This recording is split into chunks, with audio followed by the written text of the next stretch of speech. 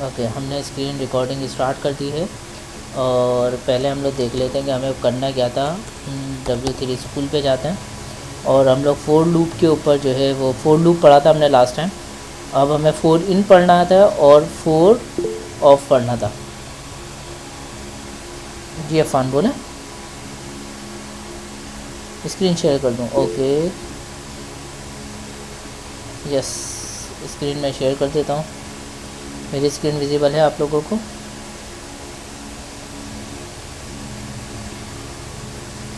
That's good.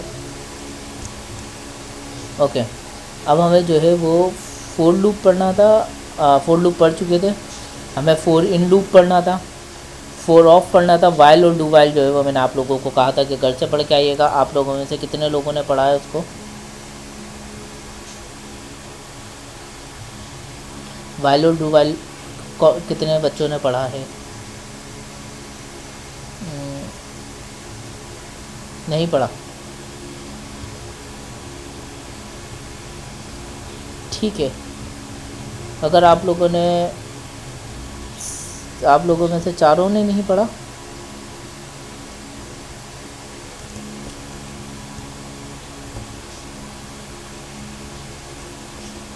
चलें ठीक है। अगर आप लोगों ने नहीं पढ़ा तो फिर मैं आप लोगों की सज़ा के तौर पे जो है वो आपको फोर लूप का फोर इन और फोर ऑफ भी नहीं पढ़ा रहा। आप लोगों को अगर इंटरेस्ट ही नहीं है तो फिर मैं क्यों इतना इंटरेस्ट लूँ? ठीक है, तो मैं आप लोगों को ये चीज़ें भी नहीं पढ़ाता।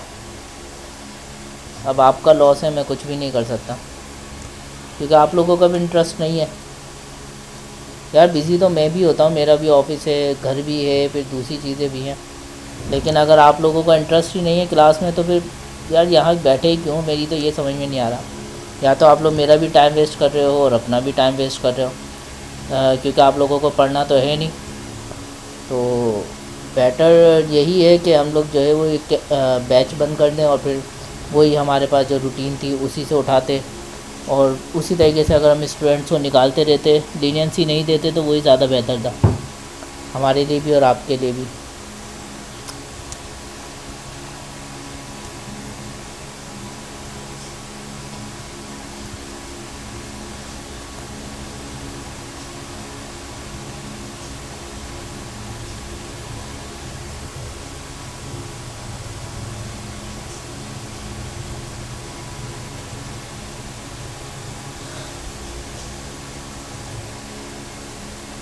ठीक है, फिर मैं फोर इन और फोर ऑफ नहीं पढ़ा रहा, ये आप लोगों की सज़ा है। अब आप लोग चाहे खुद से पढ़ें चाहे जैसे चाहे पढ़ें, ये मेरा मसला नहीं है। अब यही होगा कि मैं भी आप लोगों को जो है वो छोड़ छोड़ के पढ़ाऊँगा अगर आप लोग होमवर्क नहीं करोगे नेक्स्ट क्लास से पहले। तो अब ये ऐसे ही चलेगा, ठीक है। तो फोर लूप मैं सारे छोड़ रहा हूँ और वाइल और डू वाइल भी हम जो है ना वो लेफ्ट करना है। तो अब ये आपका होमवर्क था, आपने मेहनत नहीं करी तो मैंने भी अब एक क्लास की मेहनत नहीं करूँगा। अब हम एक क्लास को स्विच करके आगे जा रहे हैं और अब हम पढ़ेंगे स्विच स्टेटमेंट, ठीक है ना। जो आसान चीज़ें फिर मैं भी वही पढ़ाऊँगा आप लोगों को, जो कॉम्प्लेक्स चीज़ें फिर वो नहीं पढ़ाई जाएंगी, तो फिर आप लोग अपना नुकसान करेंगे तो वो बेटर है। अच्छा, अब हम पढ़ने जा रहे हैं स्विच, ठीक है। जैसे कि हमने इफ़ एल्स पढ़ा था, इफ़ पढ़ा, इफ़ के साथ एल्स पढ़ा और एज इफ़ पढ़ा। तो हम उसमें क्या करते थे कि भाई ये कंडीशन हो तो ये पास हो जाए, ये कंडीशन हो तो ये पास हो जाए, और ये कंडीशन हो तो ये पास हो जाए। इसी तरीके से हमारे पास स्विच और केस, जो स्विच केस है वो भी इसी तरीके से इस्तेमाल होता है, ठीक है। लेकिन स्विच केस में और इफ एल्स में क्या फ़र्क है? एक तो पहली चीज़ बहुत बड़ी बात है कि सिंटैक्स का फ़र्क है, ठीक है। पहली चीज़ तो ये कि सिंटैक्स का बहुत बड़ा फ़र्क है कि आपको यहाँ पे जो है वो सिंटैक्स नज़र आ रहा होगा। इस हवाले से आप लोगों को जो है वो यहाँ पे सिंटैक्स नज़र आ रहा होगा स्विच का। और इस स्विच के अंदर जो है वो सीन ये है कि आपको इफ़ के अंदर जब भी आप इफ़ की बॉडी में चेक लगाते हैं, इफ़ की कंडीशन को जब आप चेक लगाते हैं तो वहीं पर ही आप वेरिएबल पास ऑन करते हैं कि भाई यही वेरिएबल चेक होगा, ठीक है, ये वाली वेरिएबल चेक होगी। लेकिन इसको लिखने का तरीका मुख्तलिफ है, इसको एग्जीक्यूट करने का जो है वो तरीका थोड़ा सा मुख्तलिफ है। ये मैं आपको समझाता हूँ कैसे। पहले तो हम एक फ़ाइल बना लेते हैं अपनी कोड की और VS कोड ओपन करते हैं। ये कोड ओपन कर लेते हैं और इसको थोड़ा सा जूम कर लेते हैं। टर्मिनल बंद कर देते हैं, एक नई फाइल बना लेते हैं हम लोग अपनी, और यहाँ पे लिख लेते हैं switch.html। ठीक है, और यहाँ पे स्विच कर लेते हैं ताकि याद रहे जब भी फाइल खुली हुई हमारी। यहाँ पे स्क्रिप्ट कर देते हैं। अच्छा, अब हमें क्या करना है, हमें एक फ़ंक्शन बना लेते हैं, फ़ंक्शन को एग्जीक्यूट करते हैं।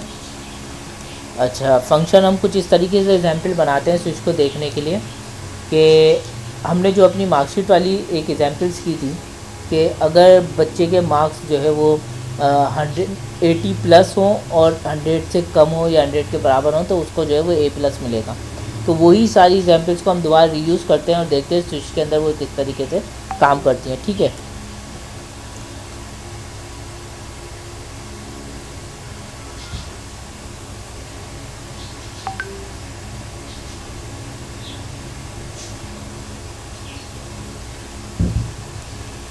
ओके। अच्छा, फंक्शन में हम बना लेते हैं मार्कशीट के अंदर हम कैलकुलेट करेंगे उसकी ग्रेड। तो यहाँ पे ग्रेड निकाल लेंगे हम लोग। ठीक है, एक वेरिएबल ले लिया। अब ये वेरिएबल हमारा इनपुट लेगा और इनपुट में ये हमारे पास लेगा समझ लें परसेंटेज। ठीक है, ये हमारे पास परसेंटेज लेगा। अब इस परसेंटेज में जो भी वैल्यू आएगी उसको हमें चेक करना है स्विच के साथ। अच्छा, स्विच जो है हमारे पास रिजर्व कीवर्ड है जिसके नाम से जो है वो हमारे पास हम वेरिएबल नहीं बना सकते। ठीक है, अच्छा, जो भी आपके पास परसेंटेज आ रही है आपने उस परसेंटेज को इस ब्रैकेट में पास करना होता है। यही स्विच एक फंक्शन की तरह काम कर रहा है हमारा, जैसे 4 वगैरह था। आपने यहाँ पे जो है वो वेरिएबल पास करा इसके जो है राउंड ब्रैकेट्स लगा के, और उसके बाद कर्ली ब्रैकेट से उसकी बॉडी बनाई। अब बॉडी हमारे पास इफ़ के अंदर जब बॉडी बनती थी तो वो लाइन एग्जीक्यूट होती थी, लेकिन स्विच को लिखने का कंडीशन ये है कि स्विच के अंदर जब भी आप जो है लिखेंगे तो उसकी बॉडी के अंदर केसेस लगाएंगे। केस का मतलब ये है कि पहला केस कंप्लीट होगा, उसके बाद दूसरा केस। अब ये केस जो है ना वो आपका इफ़ की तरह काम करता है, पहला इफ़, दूसरा इफ़, तीसरा इफ़, चौथा इफ़, पाँचवा इफ़। ठीक है, अच्छा, मिसाल के तौर पे अगर हम यहाँ पे इसको देते हैं कि अगर ये वैल्यू मिसाल के तौर पे 100 है,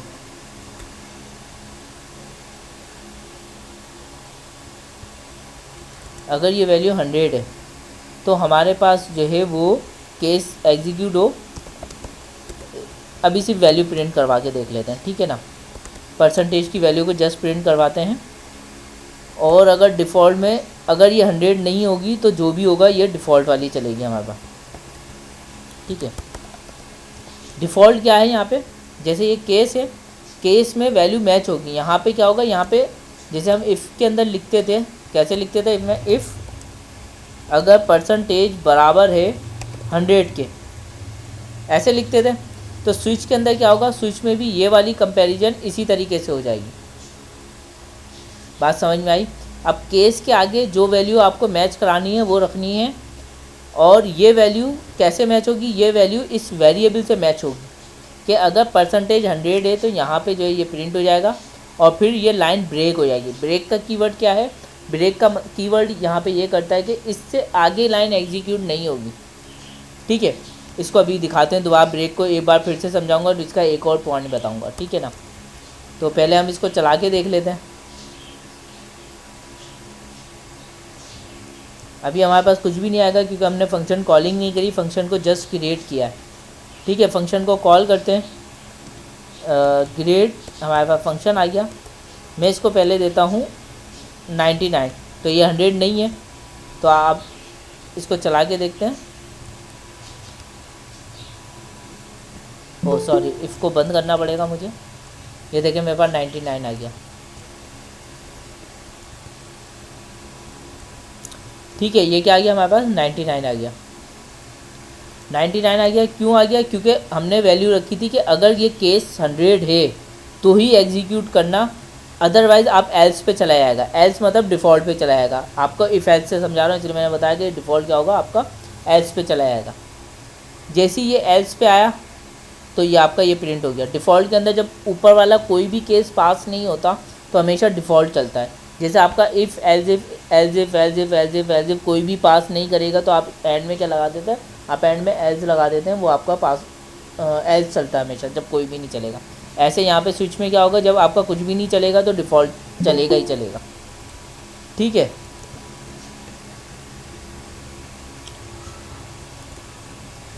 अच्छा देखें हमारे पास यहाँ पे डिफ़ॉल्ट चल गया।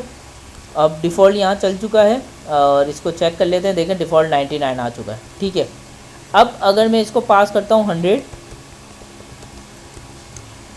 तो यहाँ पे देखें अब मेरा जो है वो पहला वाला केस चल गया है जो 100 था।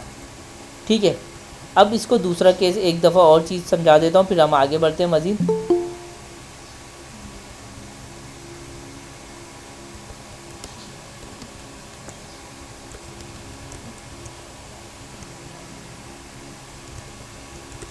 अच्छा, अब दूसरा केस क्या है कि मैं अगर इसको वैल्यू देता हूँ 80, ठीक है, अगर मैं इसको 80 वैल्यू देता हूँ तो मेरी 80 वैल्यू प्रिंट हो जाएगी। और इसमें थोड़ा सा हम जो है वो लिख लेते हैं ताकि पता चले कि ये 80 वाली वैल्यू है प्रिंट हो रही है, और यहाँ पे इसको देख लेते हैं कि ये 100 प्रिंट हो रहा है मेरा। ओके, तो अभी तो 100 ही आ रहा है क्योंकि हमने यहाँ पे जब कॉल किया है तो इसको 80 पास करेंगे। तो अब देखिए मेरा 80 वाला केस चल रहा है, बात समझ में आई? ठीक है, लेकिन अगर मैं यहाँ से ब्रेक हटा दूँ और इसको 100 पास कर दूँ तो ऐसी कंडीशन में क्या होगा, ऐसी कंडीशन में होगा ये कि पहले 100 प्रिंट होगा, उसके बाद वो नीचे वाले केसेस में जाता चला जाएगा, भले वो मैच हो या ना हो। ठीक है, लेकिन अगर मैं इसको वापसी 80 दूंगा तो मेरा 100 प्रिंट नहीं होगा, 80 तक ही आएगा, क्योंकि और 80 के बाद ब्रेक लगा हुआ है तो वो रुक जाएगा। लेकिन अगर मैं 80 से भी ब्रेक हटा दूंगा तो 80 के नीचे जितने भी केस होंगे या जितना भी डिफ़ॉल्ट होंगे तो वो जो है एग्जीक्यूट हो जाएंगे। मतलब डिफ़ॉल्ट तो आप एक से ज़्यादा नहीं लगा सकते, लेकिन अगर मेरा कोई भी एक केस पास कर दिया और उस केस के एंड में ब्रेक नहीं लगा हुआ तो वो सारे केसेस के जो है ना मेरे प्रिंट हो जाएंगे, सारे केस की वैल्यू बॉडी जो है वो एग्जीक्यूट हो जाएगी। बात समझ में आई कि ब्रेक क्या काम कर रहा है यहाँ पे, कि ब्रेक रोक देता है। जब आपकी बॉडी पूरी हो जाए तो आपको ब्रेक लगाना यहाँ पे लाजमी है, वरना अगर आप ब्रेक नहीं लगाएंगे तो वो डायरेक्ट नीचे वाला केस पास करने की अब उसको ज़रूरत नहीं है। एक केस भी पास हो गया तो वो उसके नीचे वाले केसेस में ऑटोमेटिकली घुस जाएगा अगर आपने ब्रेक नहीं लगाया तो। ठीक है, बात समझ में आ गई कि ब्रेक लगाना इंतहाई ज़रूरी है, वरना वो नीचे वाले केसेस में खुद ही चला जाएगा और उसको ज़रूरत नहीं है। ठीक है, यहाँ तक बात समझ में आई? ये एक पॉइंट हमारा क्लियर हुआ। क्लियर है यहाँ तक?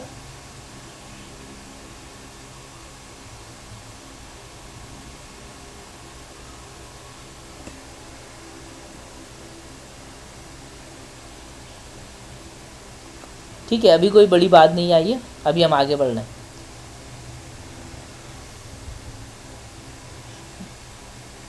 आप जितने चाहे केस लगा दें, ब्रेक का कीवर्ड मैं आपको बता चुका हूँ। ठीक है, और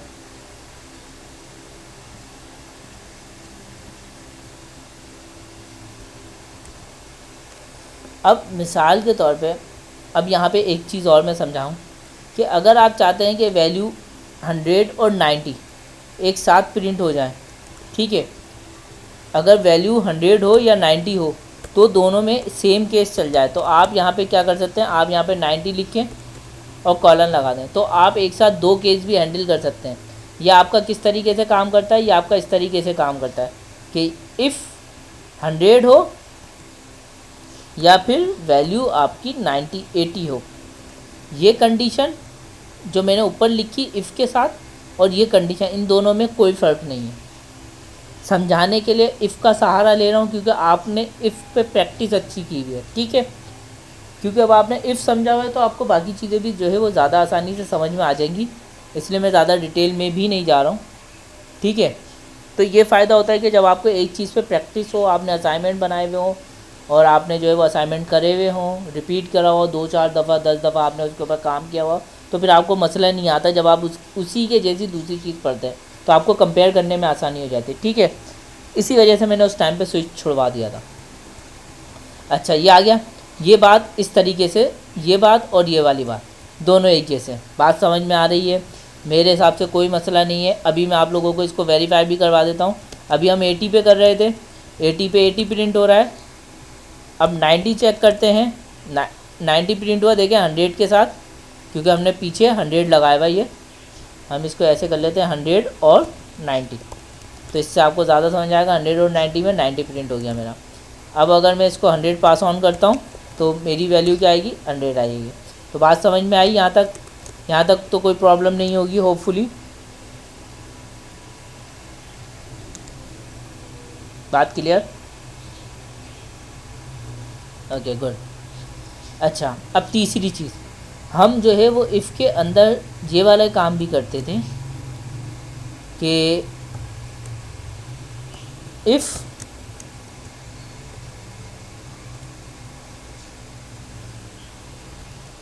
अगर percentage greater than equal to 80 है and less than equal to 100 हो, अगर मुझे ये वाली सिचुएशन लिखनी है तो मैं कैसे लिखूँगा?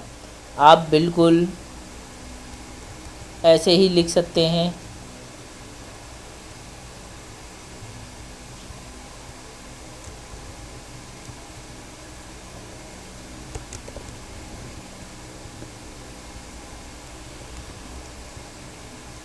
ओह सॉरी,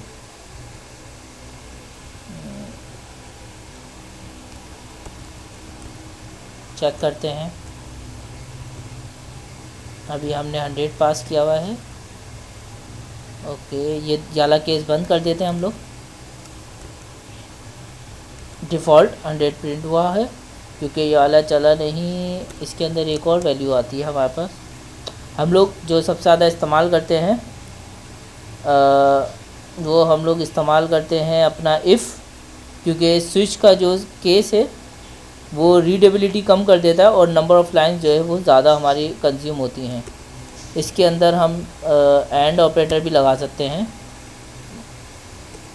और वो देखते हैं कैसे। ग्रेटर देन, ओह सॉरी पर ये देखना पड़ेगा मुझे सिंटैक्स याद नहीं आ रहा इसका। देख लेते हैं, note problem. Use logical operator in switch case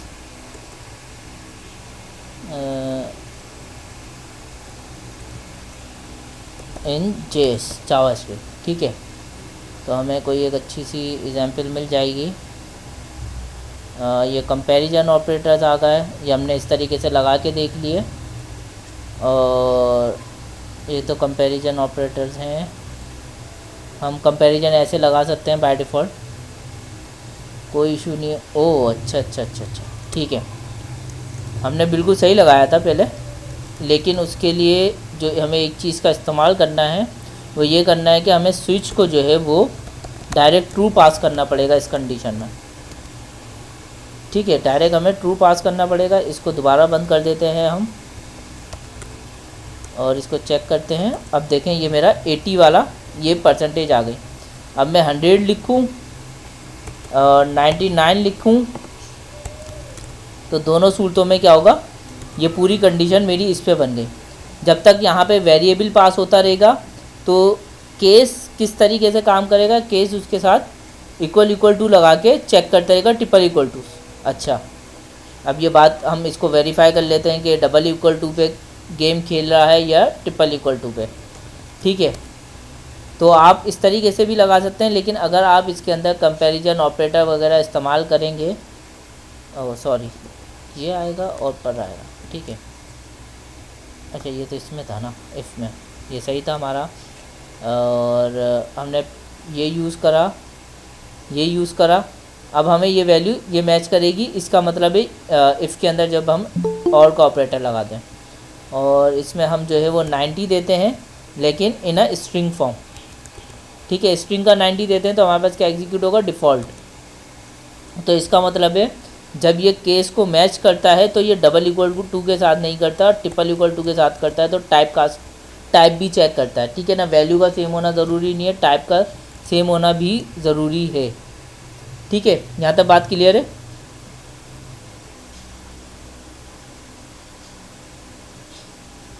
इसमें कोई प्रॉब्लम वाली बात है स्विच के अंदर, क्योंकि स्विच इतना इम्पोर्टेंट नहीं है, मतलब इम्पोर्टेंट इन अ सेंस कहीं कहीं हम इस्तेमाल कर लेते हैं, लेकिन बहुत बहुत कम, बहुत ही कम, क्योंकि ज़्यादातर इफ़ एल्स का ही इस्तेमाल किया जाता है, बहुत ज़्यादा इफ़ एल्स का इस्तेमाल किया जाता है स्विच के मुकाबले में। ठीक है,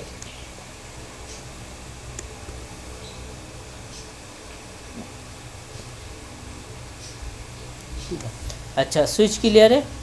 और जैसा कि मैंने आप लोगों को बता दिया है कि मैंने आप लोगों का 4 इन और 4 ऑफ और वाइल और डू वाइल नहीं करवाऊँगा मैं आपका, और ये आप लोगों की सज़ा है।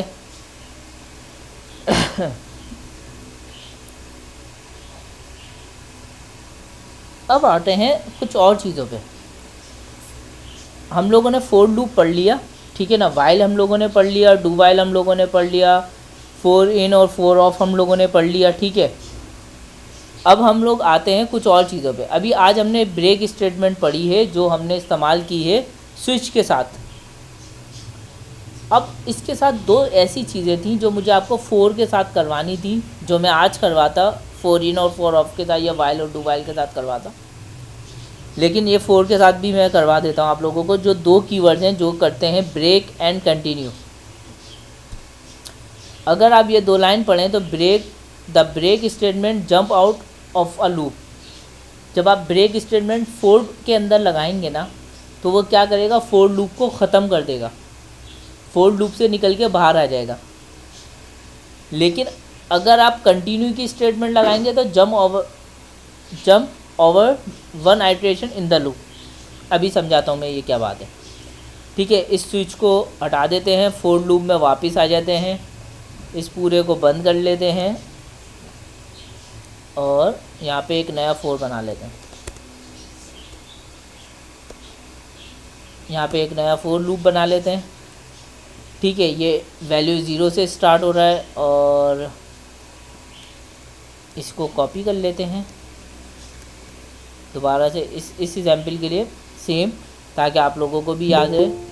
और यहाँ पे कार्स की एग्जाम्पल उठा लेते हैं, यहाँ पे भी कार्स कर लेते हैं।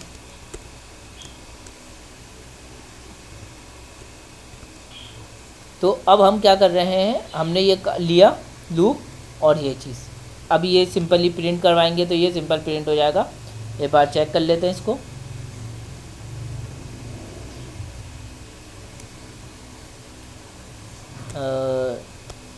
फोर लूप हमने प्रिंट करवाया, फोर लूप हमारे पास आया नहीं। अच्छा, हमने कंसोल नहीं कराया उसको। ओके, हम कंसोल करा लेते हैं, कंसोल डॉट लॉग एंड इसको। ठीक है, टोयोटा, सुजुकी एंड मेहरान, यहाँ पे ये तीनों प्रिंट हो गया। अब हमारा काम क्या है, हमारा टॉपिक ये है कि हमें ब्रेक एंड कंटिन्यू दो कीवर्ड्स पढ़ने। अब मिसाल के तौर पे मैं चाहता हूँ कि भाई मैं जो है वो फाइंड कर रहा था, जब मैं चाह रहा हूँ कि भाई जैसे ही मुझे सुजुकी, ठीक है, जैसे ही मुझे सुजुकी मिल जाए और तो मैं क्या करूँ, मेरा लूप ख़त्म हो जाए चलते हुए और मुझे वैल्यू मिल जाए। ठीक है, मेरी सिर्फ वैल्यू प्रिंट हो जाए। अगर ये सुजुकी है तो क्या हो, मेरी ये वैल्यू कंसोल हो और लूप ब्रेक हो जाए। ठीक है ना, हम इसके नीचे एक कंसोल लगा लेते हैं जो हमारे क्या करेगा, जो हमारी इंडेक्स को प्रिंट करेगा। ठीक है ना, इससे हमें पता चल जाएगा कितनी दफ़ा हमारा लूप में आया। तो अगर लूप यहाँ ब्रेक हो जाएगा तो मेरी नीचे वाली लाइन कभी भी एग्जीक्यूट नहीं होगी। ठीक है ना, तो एक बार चला के देखते हैं। एक दफ़ा चला, 0 इंडेक्स पे आया, मेरा लूप यहाँ से चला, इफ़ की कंडीशन पास नहीं हुई, बॉडी में भी नहीं गया, नीचे आया, इंडेक्स ने 0 प्रिंट किया, देन ऊपर गया, फिर दूसरी वैल्यू लेकर आया, दूसरी वैल्यू थी मेरे पास सुजुकी, तो सुजुकी के अंदर चेक किया उसने, ये वैल्यू मैच कर गई मेरी।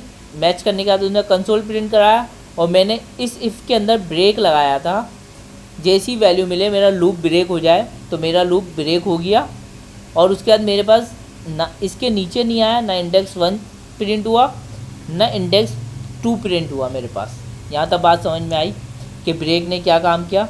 ब्रेक ने जो है वो पूरे लूप को ब्रेक कर दिया जैसे ही वैल्यू मिली। ये काम आपका फाइंड जो है, फाइंड फंक्शन जो आप एरे पे लगाते हो वो भी यही करता है। फाइंड क्या करता है, आपको एरे में से एक ऑब्जेक्ट लाके वापस देता है ना, एक वैल्यू लाके रिटर्न करता है। तो वो कैसे एक वैल्यू रिटर्न करता है, अगर उसको दूसरे इंडेक्स पे एक वैल्यू मिल जाए तो वो एंड तक कभी नहीं जाएगा, वो दूसरे इंडेक्स से वैल्यू लाके आपको वापस कर देता है। ठीक है, ऐसे ही आपका रिप्लेस वाला फंक्शन भी करता है, ऐसे ही आपके जो है वो दूसरे फंक्शन भी काम करते हैं जो सिंगल वैल्यूज पे काम कर रहे होते हैं। ठीक है, अच्छा ब्रेक स्टेटमेंट रिपीट करूं? ओके, देखिए हम लोग जो है हमने फॉर लूप के साथ हमें दो चीज़ें और पढ़नी थी जिसके अंदर था हमें ब्रेक एंड कंटिन्यू। ब्रेक जैसा कि मैंने अभी आपको स्विच के साथ पढ़ाया कि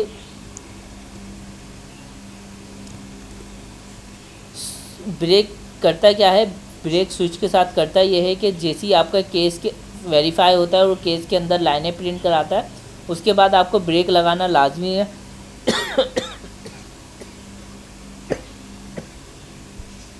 एक मिनट वेट किया।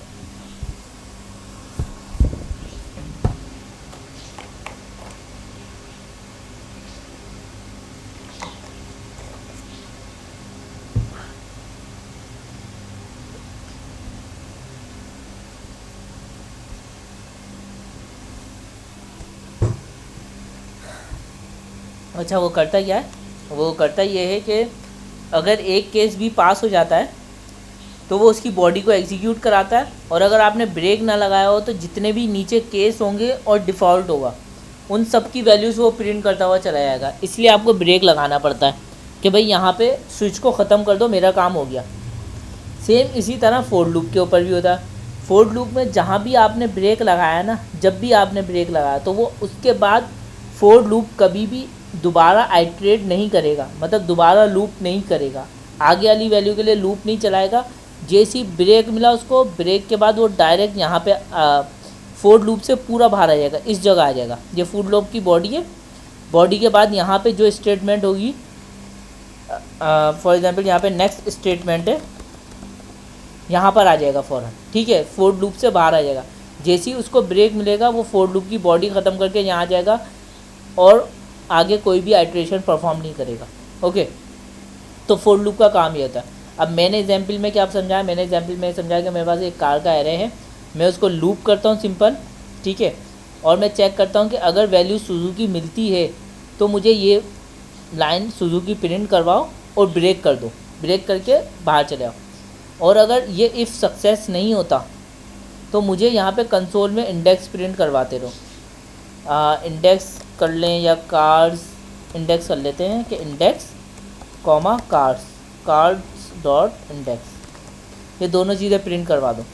तो अब देखें हुआ क्या, हुआ ये कि पहली इंडेक्स 0 पे से वो आया, उसने टोयोटा प्रिंट किया, इसका मतलब मेरा इफ़ नहीं चला, पहले वाले में मेरा इफ़ नहीं चला, तो लूप दोबारा गया, दोबारा आइट्रेशन परफॉर्म करी, अब वो सुजुकी लेके आया।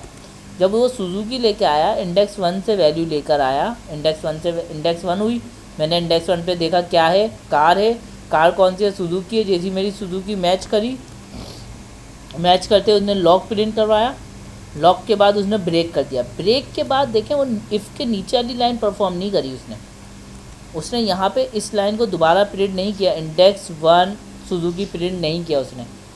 ठीक है, और क्या हुआ, मेरा लूप ख़त्म हो गया और ना वो मेहरान वाली वैल्यू पे आया। ठीक है, तो समझाने की बात यह है कि उसने मेरा जो है वो लूप को ब्रेक कर दिया, तोड़ दिया। ठीक है, तो ये आपका ब्रेक काम करता है। समझ में आई अफान? ओके, अब इसी चीज़ को हम रिप्लेस कर देते हैं सेम एग्जाम्पल को कंटिन्यू से। कंटिन्यू क्या करता है, कंटिन्यू ब्रेक का आधा उल्टा करता है, आधा उल्टा करता है। आधा उल्टा क्या करता है कि वो फोर लूप की बॉडी को पूरा ब्रेक नहीं करता, वो हाफ ब्रेक करता है। कंटिन्यू जब भी लगता है वो नीचे जाने नहीं देता यहाँ से, वो बोलता है चलो दोबारा ऊपर से घूम के आ जाओ।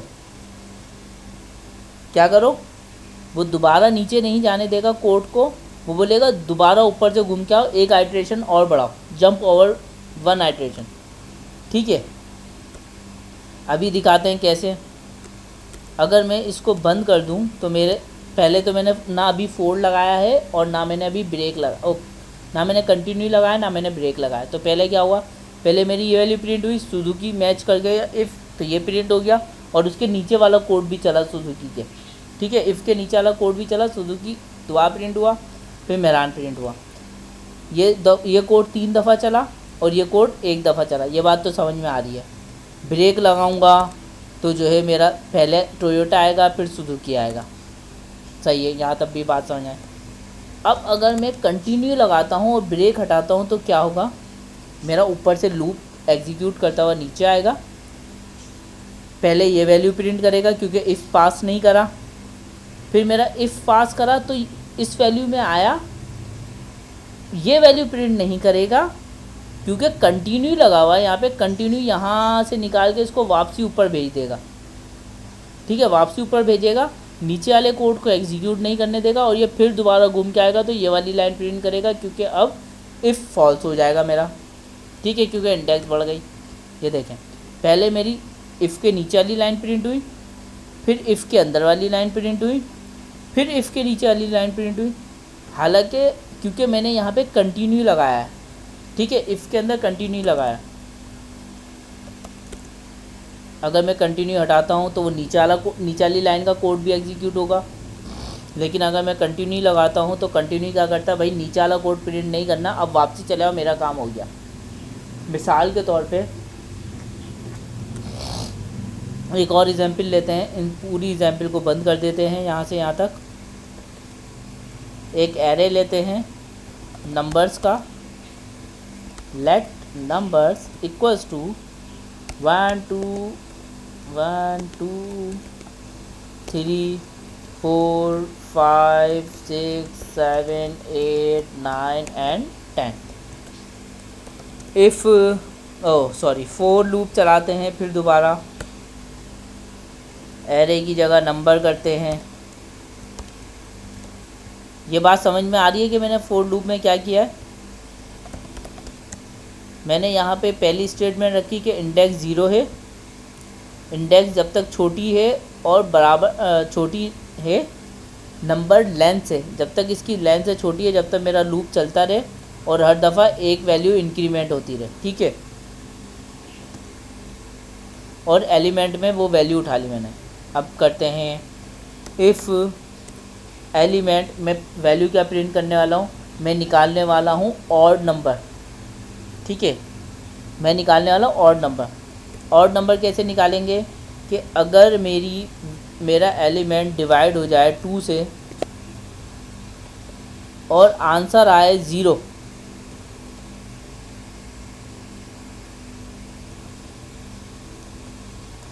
तो ये कंटिन्यू कर दो, अदरवाइज़ वो नंबर है हमारा ऑड नंबर है। ठीक है, console.log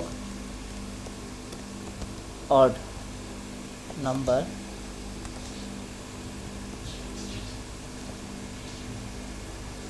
एलिमेंट। ठीक है, 1 3 5 7 9 ये सारे ऑड नंबर हैं, मेरे ऑड नंबर प्रिंट हो गए।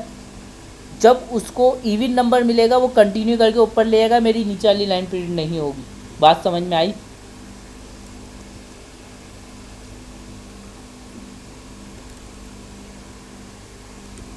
जी हाँ, डबल भी यूज़ कर सकता था। हाँ बिल्कुल, डबल भी यूज़ कर सकते हो, ट्रिपल भी। डबल हम वहाँ यूज़ करते हैं जहाँ पे हमें कंफर्म होता है कि वैल्यू इंटीजर में ही आनी है, या हमें जो है वो फ़र्क नहीं पड़ता कि इंटीजर में आए या स्ट्रिंग में आए, बस वैल्यू मैच करवानी होती है। तो वहाँ पे हम डबल इक्वल टू यूज़ करते हैं और ट्रिपल इक्वल टू हम वहाँ यूज़ करते हैं जहाँ पे हमें कंफर्म करना होता है कि भाई वैल्यू के साथ उसकी डेटा टाइप भी सेम होनी चाहिए। ठीक है, यहाँ तक बात समझ में आई आप लोगों को?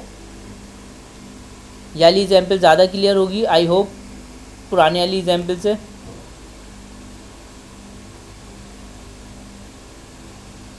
यहाँ पे आपको फोर लूप के अंदर कंटिन्यू एंड ब्रेक भी समझ में आ गया। ठीक है, वाइल और डू वाइल आप लोग पढ़ चुके हैं, फोर इन और फोर ऑफ भी आप लोग पढ़ चुके हो। ठीक है, अब देखते हैं।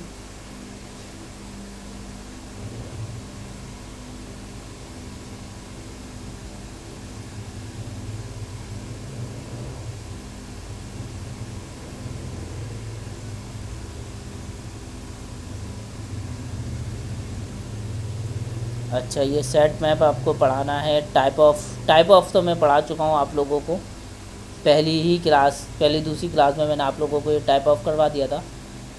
ठीक है, इसमें और भी बहुत सारी वैल्यूज़ हैं जो आप देख सकते हो कि वो किस किस तरीके से काम करता है।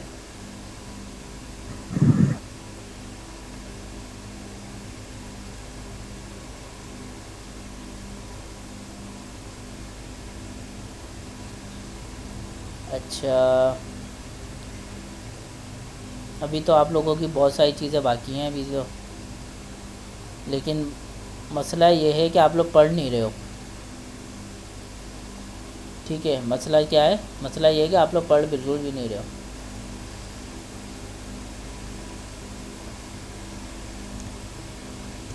अब आपके जो है वो स्टॉप कर लेते हैं इसको।